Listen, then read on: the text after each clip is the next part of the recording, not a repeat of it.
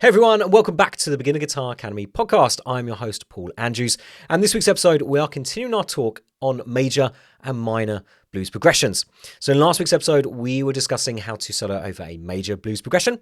In this week's episode, we are going to be going over a minor blues progression, the darker, moodier, and more emotional style compared to its cousin, the major blues. So by the end of this week's episode, you should be able to play a 12-bar blues in minor. You should be able to solo over it and know what scales to choose. You should have a list of songs and artists to go and check out and listen for inspiration. And I'm going to set up a little bit of homework at the end as well, so you can start using what you learned in this week's episode. So let's dive straight in and talk about what is a minor blues progression.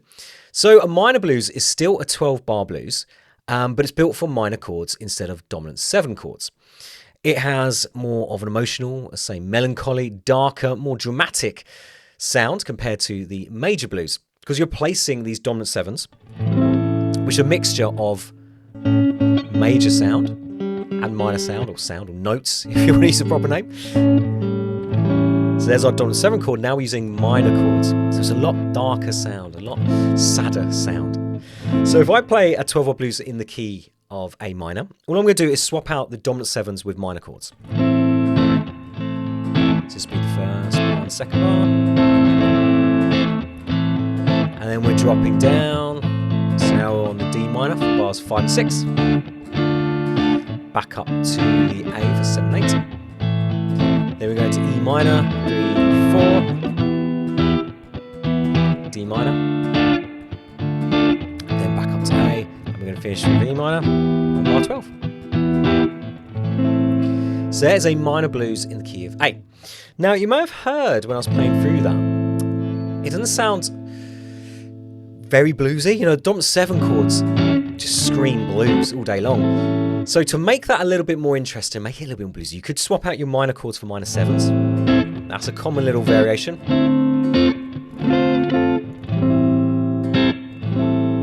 Another thing you can do is change the 5 chord to a dominant 7. That's going to work really well on bar 12, because bar 12 is our turnaround bar. What I mean by that is it takes us from the end of our 12-bar blues back to the beginning of our 12-bar blues.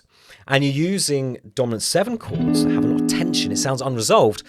It gets its resolution by going back to bar 1 when you hit your key chord. So by bringing that dominant 7 on bar 12, it creates this really nice pull back to bar 1. It wants the ear. The ear wants it to be resolved. So hitting that 1 just kind of wraps up really nicely. So that's a great thing to do, is change your chord 5 to a dominant 7 chord. We can do the same for chord 4 as well. That now makes it this. So hey, let's have a little play through and I'll show you. Going to drop down now on bar 5. Going to do minor 7, just give you an idea of how that sounds.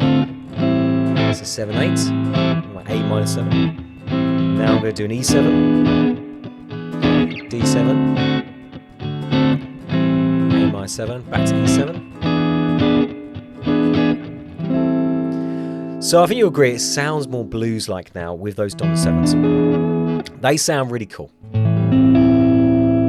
And adding that much-needed tension that we need for that chord 5 back to chord 1 for the turnaround. There's a couple of really common minor blues progressions, but I just want to talk about one other, and that is what is used in The Thrill Is Gone by B.B. King. So he's got it's actually here B minor, we're doing an A minor. So we've got the A minor, that's D minor, just like before, but it changes when it gets to bar 9.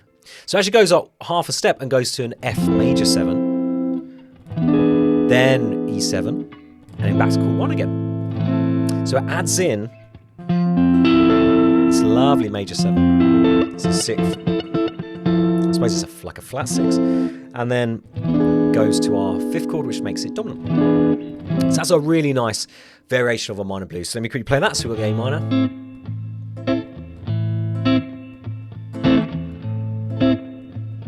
So maybe just the 4 bars. Then we go to D minor. A minor. Now here's where that big change is going to come. So we're going to F major 7, E7, back to my A minor, and then finishing with E7 again. And there there we have it. So classic 12-bar blues in A minor. Say B.B. King is in B minor, so you just take that up a couple of frets, you have that. So now we understand what the chords are in A minor blues. We understand that we've got a little bit of playing around we can do here. So you can just do all straight minor chords. Doesn't really sound very strong, so you can change those to minor sevens. And that's better, but then bringing that dominant 7 on chord 5 is going to make the big difference, and changing your 4th chord in bar 10 to dominant as well will sound really good. We've got a B.B. King variation as well, where we're going to our flat 6 and then to our 5th chord. It sounds awesome. Now, if you're sitting there thinking, I don't have a clue what Paul is talking about, it's way over my head, it probably is, because I've kind of gone on a little bit here for the more advanced students. So let's now bring it back and talk about how we can make this a bit more beginner friendly. So straight away, instead of the bar chords I'm using, we can use open chords. That's why I picked the key of A, because you've got A minor, you've got D minor, and then we've got E minor. Now obviously we're going to swap out the D minor for D7. That's just a backwards D chord if you've not done one of those before. So my first finger is on B1, second finger is on G2, and my third finger is on E2. And then we have an E7, which is an E chord to take out your third finger, so an open D string. So my first finger's on G1, and my second finger's on A2.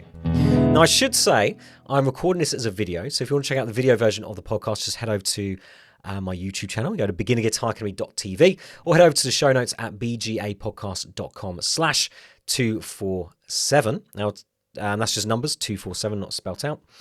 And I'll put the link in there for the video. So it might make it easier to obviously see my fingers rather than just hearing me say the frets.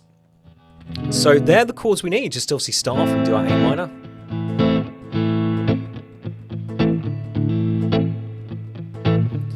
We're going to go to our D minor.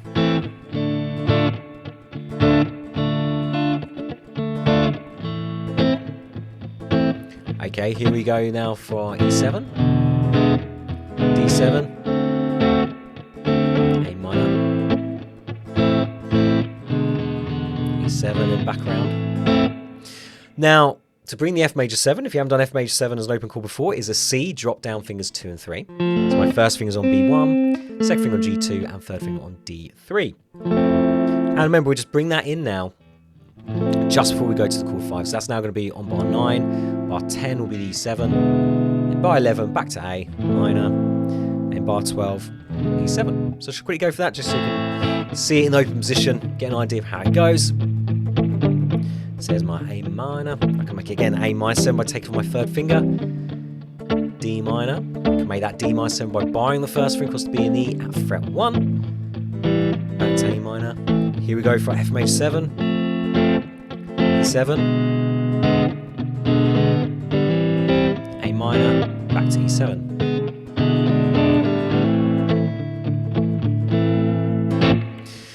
And there we have it. So open chords make it obviously a lot easier. Just start with just quarter notes. 1, 2, 3, 4. Start a nice sensible speed, so nice and slow, maybe 60 beats per minute would be quite cool. And keep your strumming, really simple. Don't worry too much about any upstrokes. Obviously build up as and when you're ready. So now we've got the chords down. We understand kind of the 12-bar sequence. Again, don't worry if this is a little bit over your head. It's a bit tricky. But hopefully you have a bit of an understanding. Okay, so we're playing predominantly minor chords. We're bringing those dominant 7s just to add a bit more of a bluesier tension. That's really the takeaway. But this week's episode is all about soloing, not so much about the rhythm, but we do need to know the harmony. We need to know the chords we're playing over to obviously pick the right scale to play over them. So the scale of choice for minor blues is going to be minor pentatonic. If we keep it in the key of A, we're going to want A minor pentatonic. Now open, that's as easy as A string 0-3, D string 0-2, G string 0-2. We keep going. 1-3 on the B, 1-3-5 on the top string, string number 1, skinny E. So that's how you can play it in open position.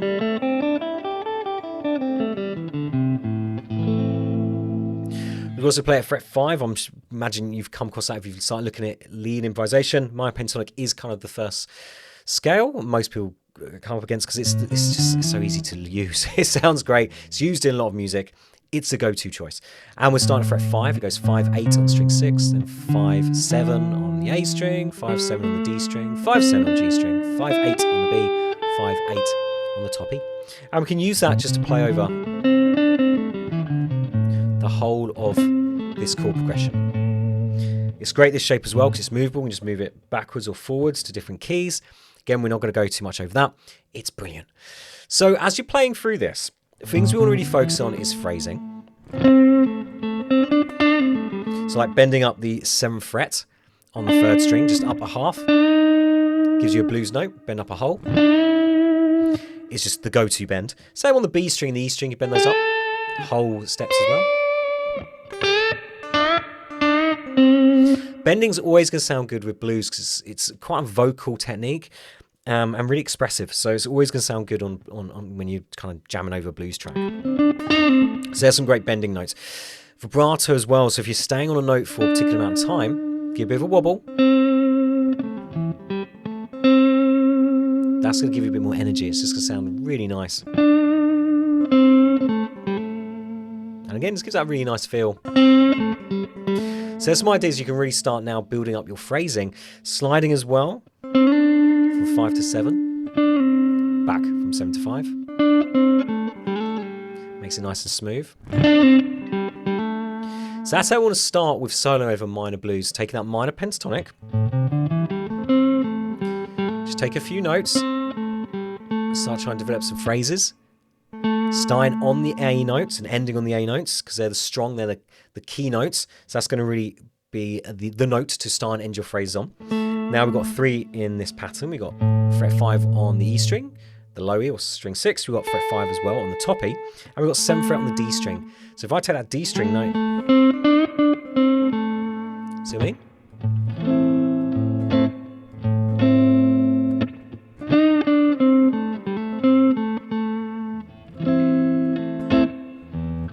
It'll sound really nice. Don't have to do too much there, just a few notes. Add some vibrato slides. Maybe some bends. Lovely. So that's all we need. This is why minor blues is great, because it's quite slow. It's normally a very slow tempo. And we can get away with just using that one scale over the whole thing, and it will sound really nice. As we're changing chords, you can use your ear to kind of guide you. Again, depending how much you've been playing this scale, this takes time to develop. But you'll start hearing which note to go to next to hit the notes in the chord, and that's where we take to the next level when we start hitting what we call chord tones. Did discuss this a little bit last week, where we're playing notes which are in the chord, and are going to, fit over that chord really, really well.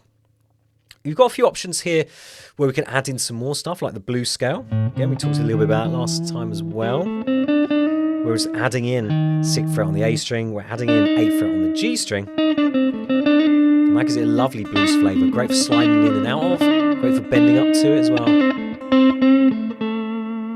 You could even bring in the natural minor note, which is really bringing this note here. Talked about it last week that Steve Ray Vaughan likes to do it quite a lot.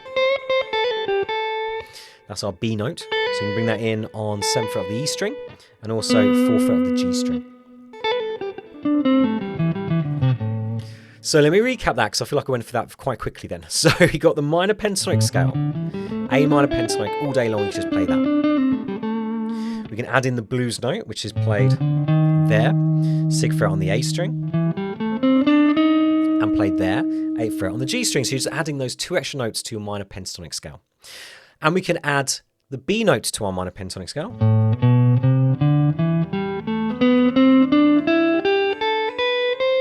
To create that. Which just gives it a little bit more of an interesting sound. It's taken from the natural minor scale.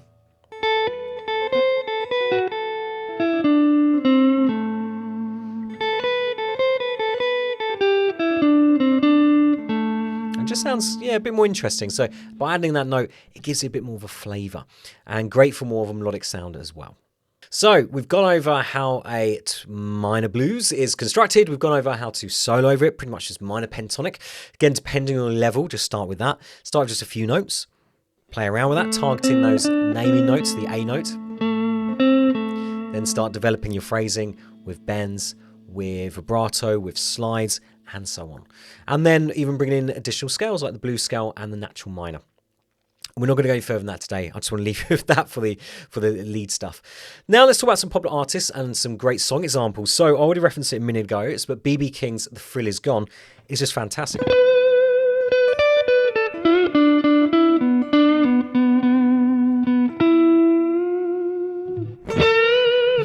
Really, really nice. So I'm in the key of B minor. I'm playing predominantly around pattern 1, minor pentatonic, and pattern 2. You could be there all day. You can see you don't have to play many notes. As I said last week, it's all about that feeling and expression.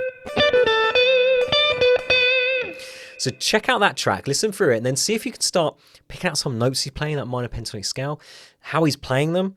So his vibrato, his note placement, all that kind of good stuff that makes it awesome. It's trying to digest that. You got to listen to it to hear that. If you look at the tab, this is where tab falls down. You won't obviously be able to pick it up through tab. You'll see what notes he's playing, but you're going to have to listen to it to pick up the expression he's using, the little nuances in his style. That's how you get that.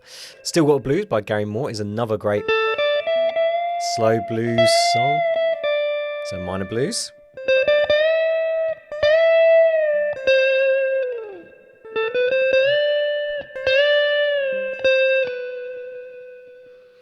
And so on. So yeah, that's really nice. Really, really slow, really emotion, drenched, that one. So yeah, definitely one to check out.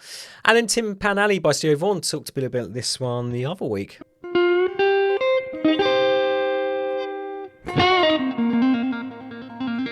It's something like that. So really moody, really smooth, a great one to check out. So there's 3 great tunes, but I have prepared a Spotify playlist for you with 25 tunes on it.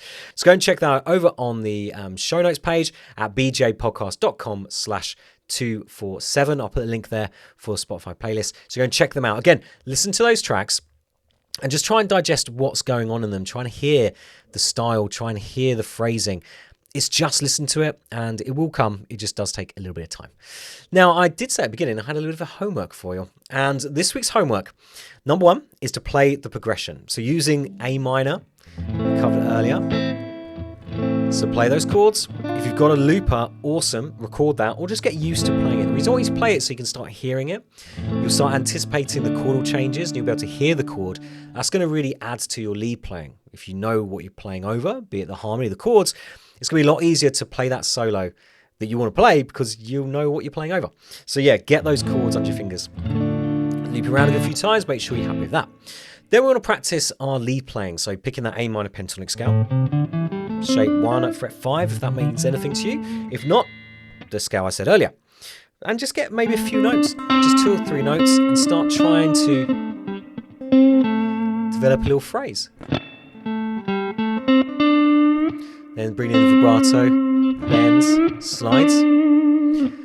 To build on top of that, that's going to be your more obviously advanced lead guitar techniques. Only bring them in, as soon as you're happy with that. And the third thing we need to do is listen. So go and check out the Spotify playlist and just listen to a few of those tracks. Even if it's just a couple this week, or even some of the ones I mentioned earlier, like The Thrill Is Gone is, a fantastic track to start with.